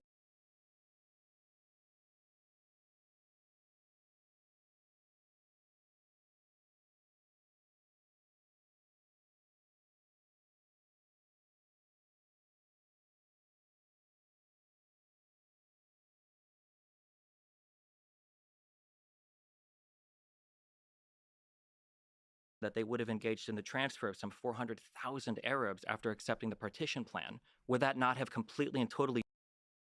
You hear he said 400,000. 400,000 Arabs. some 400,000 Arabs after accepting the partition plan, would that not have completely and totally destroyed their legitimacy in the eyes of the entire Western world? Would No. there not have been? How not? Well, first of all, I think that the Zionist leadership's acceptance. How not? How not? You're such a fucking moron, Stephen Bonell. You're not going to listen to this answer. Because all of your points are about like would'ves, could'ves, would have nots, could possibly have. There's no reason to think that it wouldn't have been that. What about what it fucking was? But no, I mean, it's fine. We'll engage on this because it's a stupid fucking what if too. Of the partition resolution. How not? Well, first of all, I think that the Zionist leadership's acceptance of the partition resolution, and I think you may have written about this, that they accepted it because it provided international endorsement of the legitimacy of the principle of Jewish statehood, and they didn't accept the borders. And in fact, later expanded the borders. Second of all, No, they did The borders they did were accept the expanded in borders. war. They accepted the UN partition.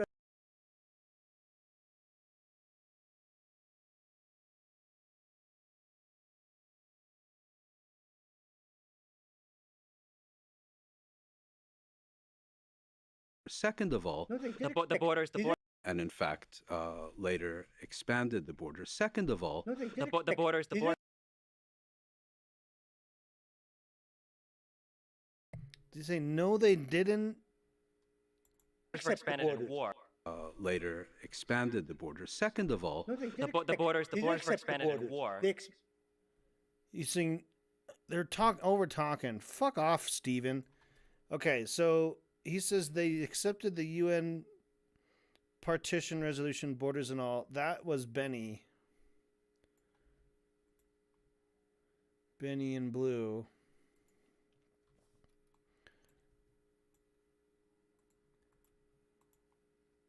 accepted the UN partition resolution, borders and all. They That's how accepted- they accepted it. You the- can say that some of the Zionists, deep in their hearts, had the idea that maybe well, at some point including they their would most, be able to get yeah, more. including their they most senior accepted- leaders who said Yes, so, but and they I think you've accepted- quoted them but as saying they so. grudgingly accepted what the United Nations, the yes. world community.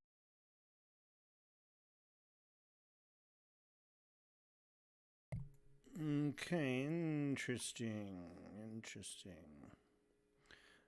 No, that's Rabini.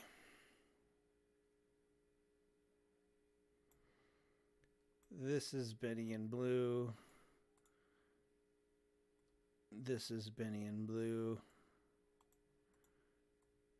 This is Rabbani. They begrudgingly accepted what the United Nations said. This is what you're going to get. Yes. Had said, this is what you're Yes. going to get. And second of all, I mean,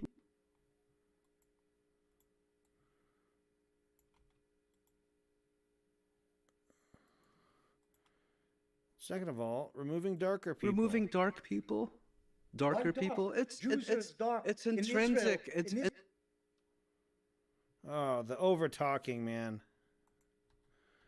Jews are dark. Jews are as dark as Arabs, he says. Not as dark as European Jews, you fuck ass. You fucking dick fuck. You're a fucking European Jew. Are you dark skinned? Israel Jews intrinsic. are as dark as It's Arabs. it's intrinsic to nonsense. Western history.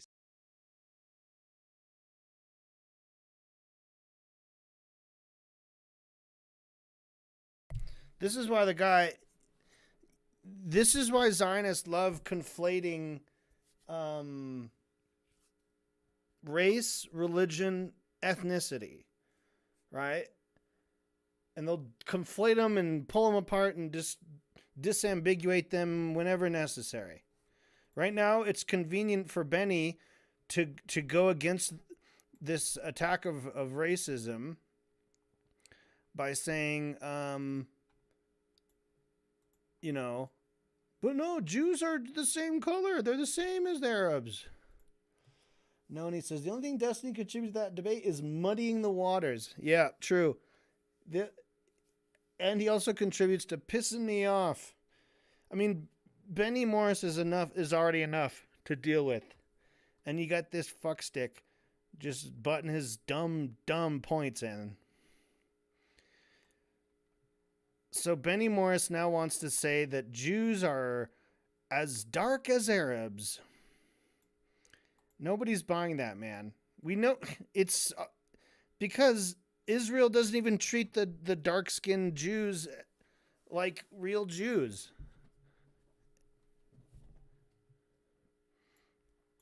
So the idea that Americans or Brits or the French would have an issue with, I mean, the French had been doing it in Algeria for decades. The Americans have been doing it in North America for centuries. So how would Israel forcibly displacing Palestinians somehow besmirch Israel in the eyes of the world? I think it also muddies the waters how being Jew can both indicate a religion and ethnicity and a lifestyle and culture. Right. There's that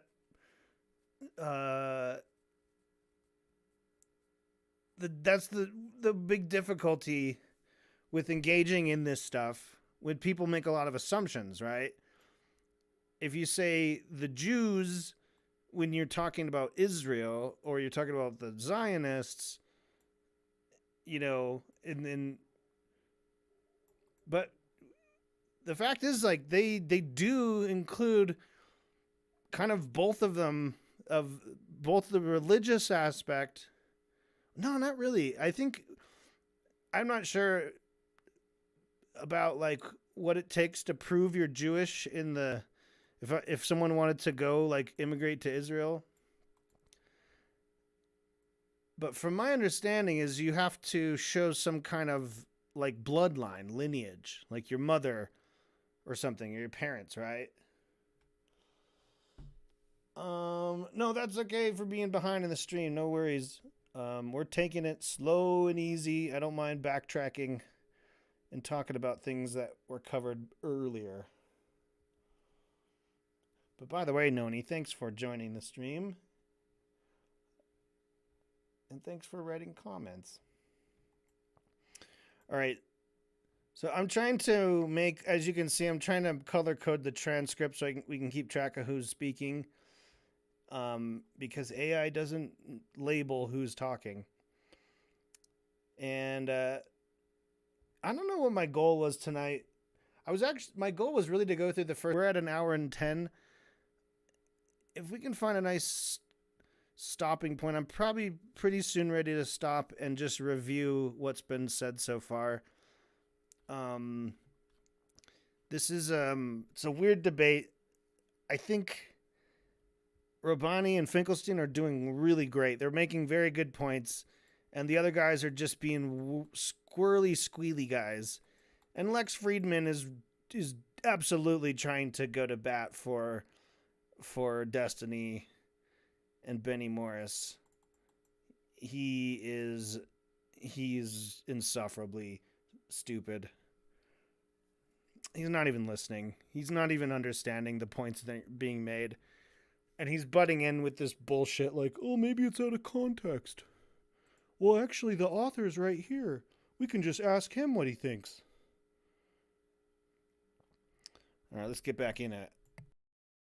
West. Even in the 1944 resolution of the Labor Party, and at the time, even Bertrand Russell was a member of the Labor Party, it endorsed transfer of Arabs out of Palestine.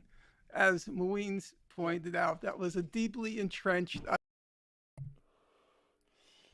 So, look at that. Finkelstein is talking about 1944. Destiny, like, nobody ever wants to talk about what happened before 48. idea in Western thinking that there was nothing, it doesn't in any way contradict or violate or breach any moral values to displace the Palestinian population. Now, I do believe there's a legitimate question. Had it been the case, as you said, Professor Morris, that the Zionists wanted to create a happy state with a Jewish majority, but a large Jewish minority, and if by virtue of immigration, like in our own country, given the current trajectories, non-whites will become the majority population in the United States quite soon. And according to democratic principles, we have to accept that. So if that were the case, I would say maybe there's an argument that had there been mass Jewish immigration, changed the demographic balance in Palestine, and therefore Jews became the majority. You can make an argument in the abstract that the indigenous Arab population should have been accepting of that, just as whites in the United States, quote unquote whites, have to be accepting of the fact that the demographic majority is shifting to non-whites in our own country. But that's not what Zionism was about. I did write my doctoral dissertation on Zionism, and I don't want to get now bogged down in abstract ideas. But as I suspect you know, most theorists of nationalism say there are two kinds of nationalism. One is a nationalism based on citizenship. You become a citizen, you're integral to the country. That's sometimes called political nationalism.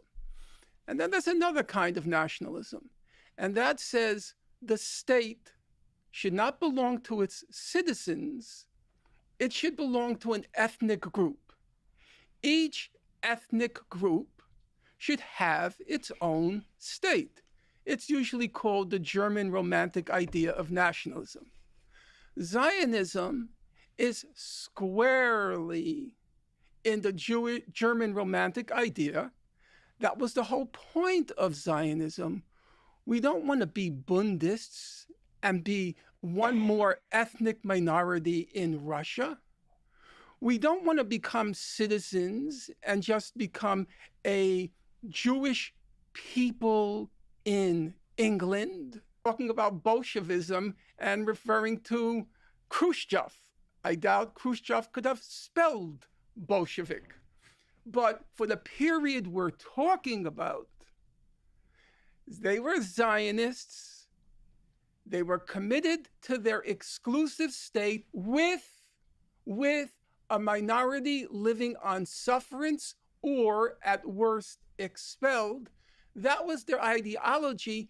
And I really feel there's a problem with your happy vision of these Western Democrats like Weizmann, and they wanted to live peacefully. Population. Let me just respond to the word unsufferance. The Okay. unsufferance I don't in 1948, it had a population which was 20% Arab when it came into being after Arab refugees. Many of them had become refugees, but 20% remained in the country. 20% of Israel's population at inception in 1949 was Arab. 80% went missing. No. We're talking about what remained in Palestine, Israel, after it was created. The 20% who lived in Israel received citizenship and all the rights of Israelis, except, of course, the right to serve in the army, which they didn't want to. They have Supreme Court justices, they have Knesset members. They enjoy they lived under emergency laws until 1966. For a period, sure, they lived under emergency. So they didn't immediately have citizenship. No, wait a second.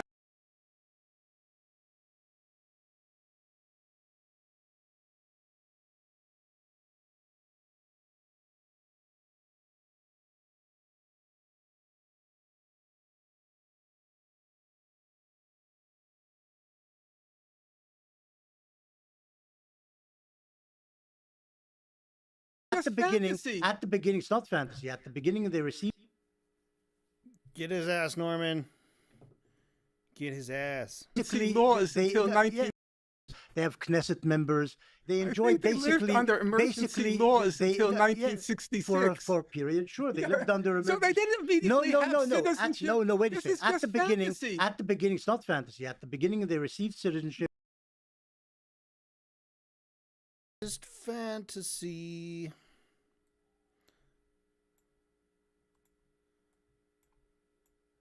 All right, I want to review this. What did he said? What did he say? I was talking about what remained in Palestine and Israel after it was created. The 20% who lived in Israel received citizenship and all the rights of Israelis, except, of course, the right to serve in the army, which they didn't want to. And they have Supreme Court justices. They have Knesset members. What are Knesset members?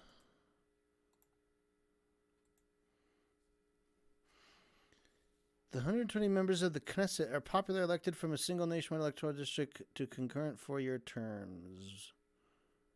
Knesset. The unicameral, so it's one house, legislator of Israel.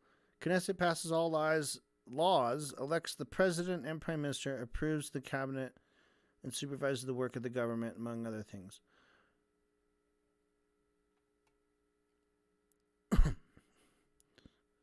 So they have different political groups, and he's saying some of them have been Knesset members. They lived under emergency laws until 1966. So that's like over 100 years. Right? He's like, in 1948, they lived under emergency laws until 1966. He says, for a period, sure. For over 100 fucking years. 120 years. They lived under emergency laws. I don't really know what those are, but maybe we'll find out. Could vote in elections for their own people, and they were put into parliament. But in the first years, the Israeli, the Jewish majority suspected that maybe the Arabs would be disloyal because they had just tried to destroy the Jewish state. Then they dropped the military government and they became fully equal citizens.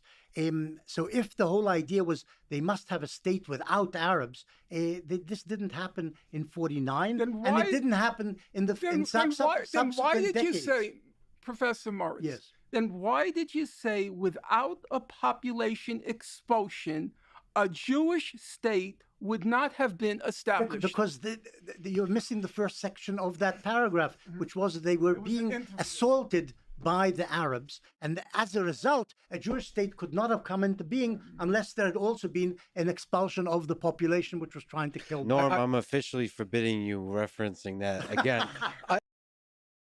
You fucking moron, Lex. This is the thing. Lex is a fucking idiot who has no fucking idea. Benny Morris is talking out of two sides of his mouth. He's doing legitimate historical research, which he's published in his own books, and now he's trying to weasel out of the very inconvenient facts that even he had to admit were fucking true. Okay? Lex fuck debate. Oh my god. Emergency laws equals military rule. Okay, yeah, martial law. I figured it was just basically like some kind of suspending of rights, with under the auspices of, it's for national security reasons.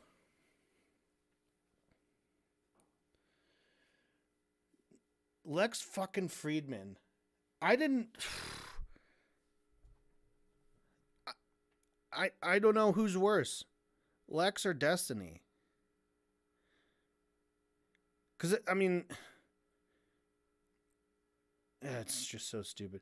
Norm, I'm officially forbidding you from referencing that again. You fucking fuck, dude. You're such a lying little... I don't know if he's lying. He's just a fucking idiot.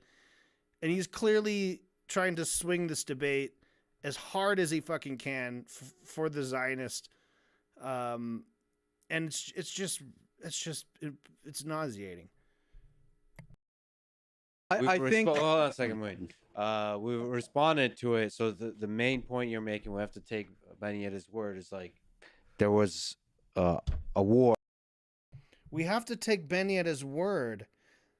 There was a war, and that's the reason why he made that statement. Lex does not fucking understand what they're talking about, and he thinks he's being helpful by like shutting down this like out of context thing. Friedman and Destiny are being called intellectuals by many people as kerosene fuel to my misanthropy. Yeah, it is. This is like the state of the world. We're constantly like, and it gets even worse the closer you examine it. You know, a lot of this stuff will just sort of slide off you like water off a duck's back because you're just sort of not giving it your full attention. But if you actually ever listen to what these fucking freaks say, it's so clear that they're absolutely clueless. He has no idea what he's talking about, and he thinks he's like being the good, fair moderator by completely misunderstanding the point that Finkelstein's saying when he's constantly referencing Benny Morris's work. He's doing that for a legitimate reason because Benny Morris is inconsistent. You dickhead. And now he's like, no, wait a minute. We responded to it. So the main point, we have to take Benny at his word, is that there was a war, and that's the reason why he made the statement. You dickhead. War, and that's the reason why he made that statement. I think just one last point on this. I remember reading your book when it first came out, and reading, you know, one incident after the other and one example after the other, and then getting to the conclusion where you said the Nakba was a product of war, not design, I think were your exact. And I remember reacting almost in shock to that I felt you had mobilized overwhelming evidence that it was a product of design, not war. And I think our discussion today very much reflects, let's say, the dissonance between the evidence and the conclusion. You don't feel that the research that you have conducted and published demonstrates that it was in fact inherent and inbuilt and inevitable. And I think the point that Norm and I are making is that your own historical research, together with that of others, indisputably demonstrates that it does. I think that's a fundamental disagreement we're having here. Can I actually respond to that? Oh, Stephen wants to respond. I think this is Stephen wants to respond to that. What the fuck on God's green earth would Stephen have to contribute to this? All he's going to do is distract away from the point that Benny Morris is talking out of both sides of his ass. I can't. We're not going to listen to Stephen Bonell. We're going to stop here. We're going to review what's happened so far. Let's take a bird's eye view of the debate so far. We're going to zoom way out. Way out. And we're going to see what kind of colors we seeing here. Okay, so red and purple are the anti-Zionist side. Norm, I made his color wrong here. It should be red. Should be more of a red color. Let's get that going. Actually kept his nonsense slightly short. I mean, he literally contributes dick all to anything. He never makes an original point. He just asks stupid, distracting questions. And then just says, like, fucking nonsense. The non-highlighted parts are when Lex Friedman butts his dumbass in and tries to bail out Benny Morris by basically just forbidding Finkelstein to bring up Benny's own book where he fucking admits the facts that he doesn't really seem to want to be contending with.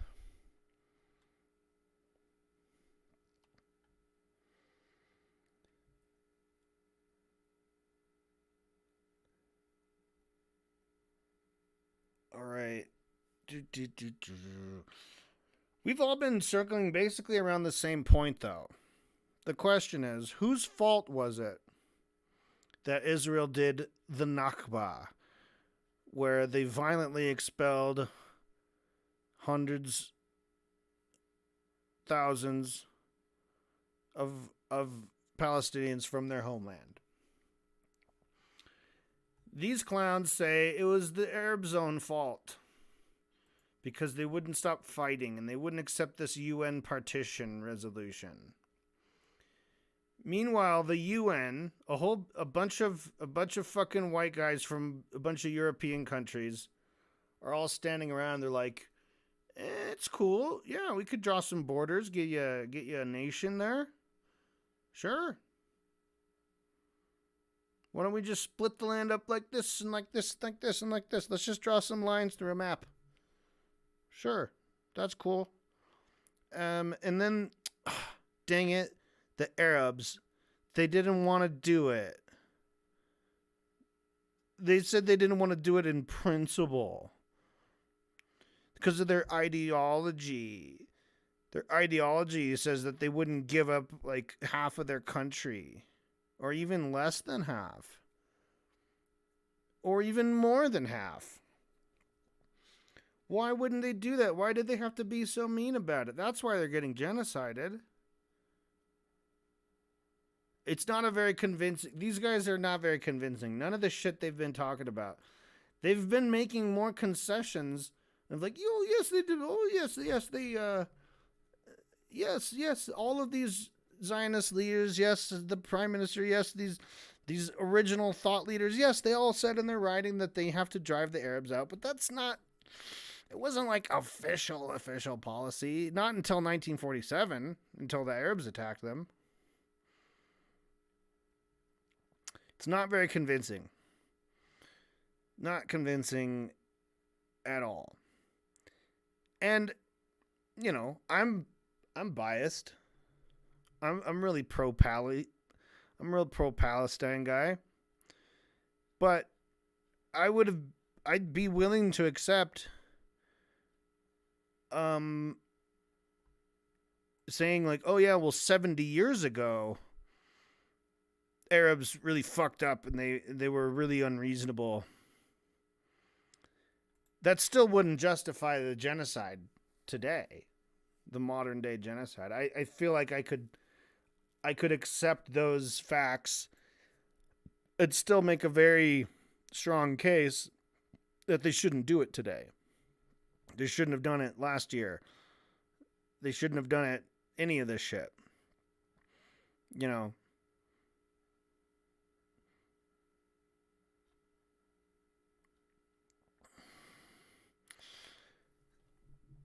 Stephen Bozell at one point said, obviously I have fresher eyes on this, and I'm a newcomer to the arena.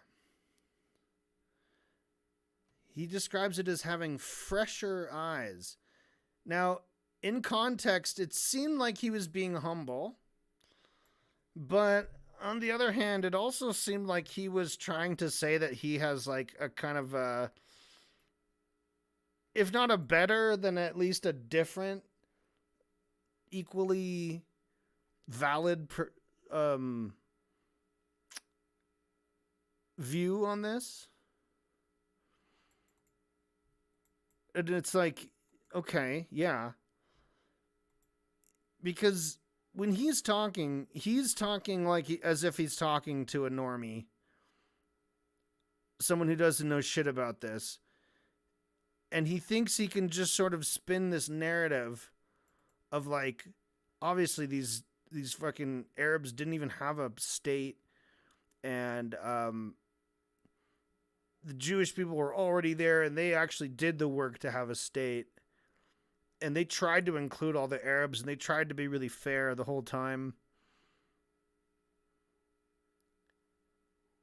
And it's like, okay, that might be convincing to some normie who just doesn't know anything about it and is just listening to this guy.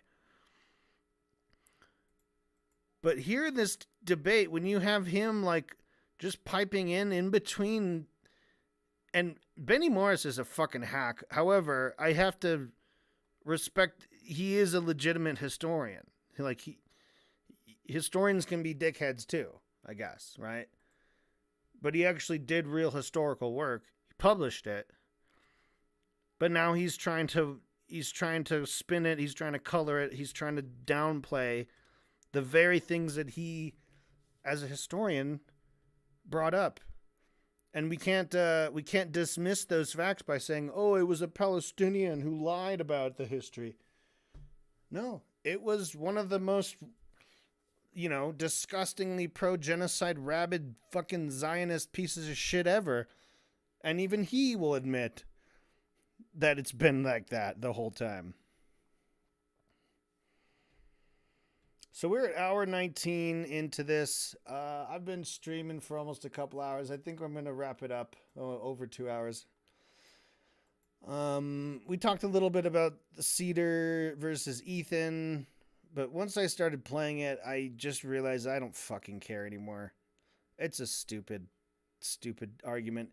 And it's almost kind of like nobody's really paying as much attention to this one because the day after this, they had the Ethan versus Hassan, which went on for like 5 hours. And then the response to the debate, the response to the content nuke has been like 9 hours for part 1. I can't even imagine if he even finished part 2. Anyway, so we're still going through. We're still in our preliminary first time read through of this, which is going to take probably 16, 18 hours. It's going to be multiple weeks, multiple streams. But at some point, I want to condense it down, right? I mean, really, this whole first hour has been really on one question.